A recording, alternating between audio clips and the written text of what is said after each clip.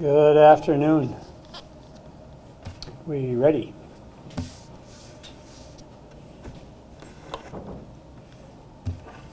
All right, we'll get started. We're here today related to some difficult and tragic set of circumstances. Please know that the investigation on our part continues, as well as investigations of other agencies are ongoing at this time. Much of our statement today is a recap of information that you may already know. We are limited to some of the answers to other questions that you may have due to that ongoing investigation. On Saturday, June 22nd, approximately 7 a.m., the Olmsted County Sheriff's Office received a call of a single vehicle crash on Highway I-90, just eastbound and near Highway 42 in Olmsted County. The driver of the vehicle was identified as Margot Lewis, a 32-year-old resident from New Liberty, Iowa. In checking to see if anyone else was in the vehicle, a deceased individual was located in the back seat. The condition of the deceased person was suspicious, and it was immediately apparent that the death was not a result of the motor vehicle crash. Lewis was transported by Eyota Ambulance to the hospital to be medically cleared, and later transported to the Olmsted County Adult Detention Center and placed under arrest for interference of a dead body. While investigating the crash and attempting to identify the deceased individual, a tentative identification was made via the motor vehicle registration. An address in Minneapolis was located as a possible residence for the deceased person. Our office requested a welfare check to be done through the Minneapolis Police Department. And at approximately 8 p.m. that same day, members of the Olmsted County Sheriff's Office, along with the Minnesota Bureau of Criminal Apprehension, the BCA, and the Minneapolis Police Department executed a search warrant on a residence in the 700 block of East 16th Street in Minneapolis. A scene indicating violence was located inside that residence. The Minneapolis Police Department is assisting the BCA with the investigation of the circumstances surrounding that incident. The Southern Minnesota Regional Medical Examiner's Office has identified the victim as Liara Kaylee Tsai, T-S-A-I is the last name, a 35-year-old from Minneapolis, Minnesota. The initial cause of death listed is multiple sharp force injuries. The Olmsted County Attorney's Office has charged Margot Lewis with felony interference with the dead body on the scene of the death, concealing the body. Lewis was arraigned in Olmsted County District Court on June 25th for this charge and is being held on $1 million bail. I do want to add we are grateful for the agencies already mentioned, and others continue to assist us in this ongoing investigation. Minnesota State Patrol, the Eyota Fire Department, the Eyota Ambulance Service, and the Rochester Animal Control. And finally, and most importantly, really, the Olmsted County Sheriff's Office would like to extend our deepest, sincere condolences to the family and friends of Liara Tsai. If you have some questions, I'll take them at this time. Yes? Sheriff, is there a known relationship between the victim and the suspect right now? As we know it at this point, they were acquainted. To the extent of that, I can't get into that because of the ongoing investigation. So they did know each other to some extent? Yes. Okay. And has the suspect been cooperating with investigators in court? The suspect didn't really say much of anything at all. Have they been talking with investigators? The suspect at this time has not been cooperative from the very beginning. Okay. And are we expecting possible murder charges to come down? And if so, what county would those be filed in Olmsted or Hennepin? At this point, it is a murder investigation up in Minneapolis, and they are conducting that at this point. I can't say anything further as to how that's going to play out.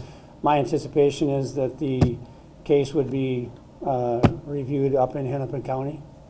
Right. Okay? Yes? Is Lewis a suspect in the murder investigation? The acquaintance was there. That's something that'll have to be figured out.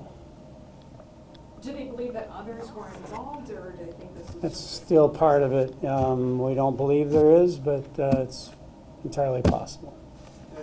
Did Olmsted County send deputies up to execute the search warrant? Yeah, we went with the Minnesota BCA and then also obviously contacted the Minneapolis Police Department so that obviously it's their jurisdiction. They need to know why we're there. And so, yeah, it was a team effort in that way. Talk about the working relationship in this case, kind of, it's two counties basically 60 miles apart. Yeah, well, it's, anytime we have something like this that happens where we need to make some kind of notification to someone, it's natural for agencies to reach out to each other and begin that communication to determine who is involved and to what extent they can help us out with notifying and finding and locating other persons that need to be made aware of the circumstances. And the suspect was headed east on I-90. Do we know where the suspect was headed? No, And no. There's really nothing that tells us at this point. The investigation may reveal something, but right now we have no idea why the vehicle was in that location, being that, there seemed to be at some point they were located, or the victim was located in Minneapolis. We have no idea at this point why they were there.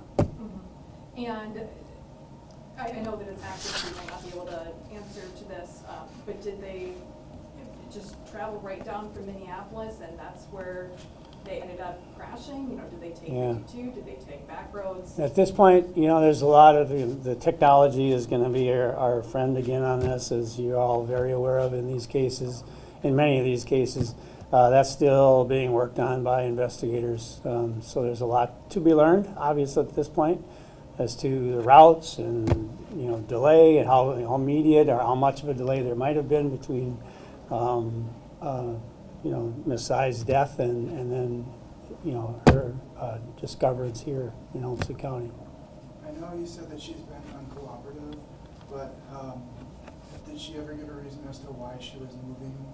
She's been uncooperative from the beginning. We have no information. Yes. Have investigators been able to determine when she died? Like, was she dead when she was in the vehicle? Did she die on the way down here? Is there any clarity on that? Nothing clear at this point. It's, we'll have to learn that, more of what we can find out when, I would expect that to be part of what Minneapolis determines and the BCA. And just to be clear, the murder investigation is being led by Minneapolis Police? Right. Yeah. Any further questions related to the murder, the death, and the scene up in Minneapolis has really got to go through Minneapolis PD at this point. And Yes. we know that Sai was a transgender woman. Would this be considered a hate crime? That's a good question. We know that the individuals involved are transgender, but we don't have any indication that there was any hate or, other than that there may have been an acquaintance here, and how that evolved, we don't know. And I know that you've mentioned multiple times that the suspect has been uncooperative with investigators. Do we know why they were possibly up in Minneapolis? No. Yeah, that's something we've all asked that question. We don't have that answer. I wish we did. In a case like this with multiple jurisdictions that are so far apart, what involvement does Olmsted County have in the investigation going forward? Yeah, well, and that was a big question on our part at that point, as we determined some of what I've shared with you already, that there may have been an incident that occurred in another county, another city, obviously Minneapolis. That was when we put a pause on it and said, wait a minute, this has got to be, we've got to communicate further with these other agencies, and they need to take the lead on some of these other aspects of the investigation. So, yeah, it was and we've seen that before too. Not so widespread so much in this case. It's very widespread, as you noted. Sometimes it may be just across county lines, and it's a little easier that way. So this one was where we had to put a pause on it and say, wait a minute, our investigators are getting so far into what potentially is a murder investigation that happened in another city in another county. We need to take a break here and figure out where else we need to go with this. So that was a big factor in our part of this, and involving Minneapolis, and then ultimately the BCA was a big help in it too, to make sure that the information they have and the support they have can cross over to both agencies. So it was a definite part of our investigative piece that was important. And if the suspect continues to be uncooperative, not answering questions to investigators, I mean, how does this move forward? Investigators, they can do search warrants on only Yeah. so much, but they do need information from the suspect. Yeah, at some point it would be nice. Obviously, if every suspect would talk to us, but we know that doesn't always happen. So that'll be up to the attorneys to sort that out and determine how much further they can go forward. Obviously, the Olmsted County Attorney's Office feels we have enough for the felony charge that is there, and the judge obviously recognized that yesterday with the $1 million bail. So, at this point, we'll lean on our technology again, as we've done before in some other cases that have been very significant, and see where it leads us. And then again, it's up to the county attorneys to sort it out and determine how far they can go with it and bring it to court and bring this individual to justice, which is what we certainly hope happens. And you might not be able to speak to this. This might be a question for the county attorney. Is the county looking at bringing more charges, or has it gone to? I wouldn't say, the investigation's ongoing, so anytime we say that, it seems like a coined phrase, and I'm sorry, it kind of sounds hard at times, but I'm not saying anything, there won't be anything more that could happen as far as additional charges on our end. What those are, I'm not going to elaborate at this point, but anytime there's an ongoing investigation, there's always the ability to potentially add more charges. So, do you have a question here? Two questions. One, I just wanted to clarify, did you say that both individuals involved, both the victim and the suspect, were transgender? That's what we understand at this point. Okay, and then second question, you may have already answered a little bit the first question, but what are just some of the next steps for your agency involved in this case? Well, first, number one was continue with what we've been doing as far as our there's technology involved, so we're in a process there. The other piece is that very important is sharing that information with Minneapolis and make sure that all that information, along with what BCA has available, is all put together, because it's very unusual to have. I shouldn't say very unusual, but it is unusual for us in this case to have the spread between a potential crime scene and the discovery of a body in this case. So that's the bigger factor here, I think, from our end, other than the technology and the work our folks are going to continue doing, and that is making sure that we are getting everything we have that might help and benefit the investigation that's going to be happening up in Minneapolis.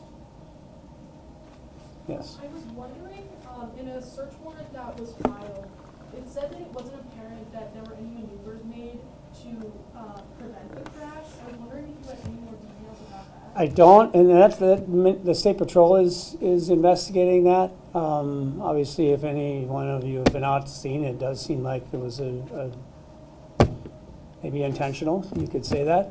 But that's really up to the State Patrol to determine that. They've got the vehicle, they're going through that, they'll be doing that whole investigation. So there's, another agency involved here that is very key to helping us all figure out what happened and what led up to this, and, try to get as many answers as we possibly can. Were there any weapons found in the car or during the search of the home in Minneapolis? I don't have that information at this time. So, all right, thank you all.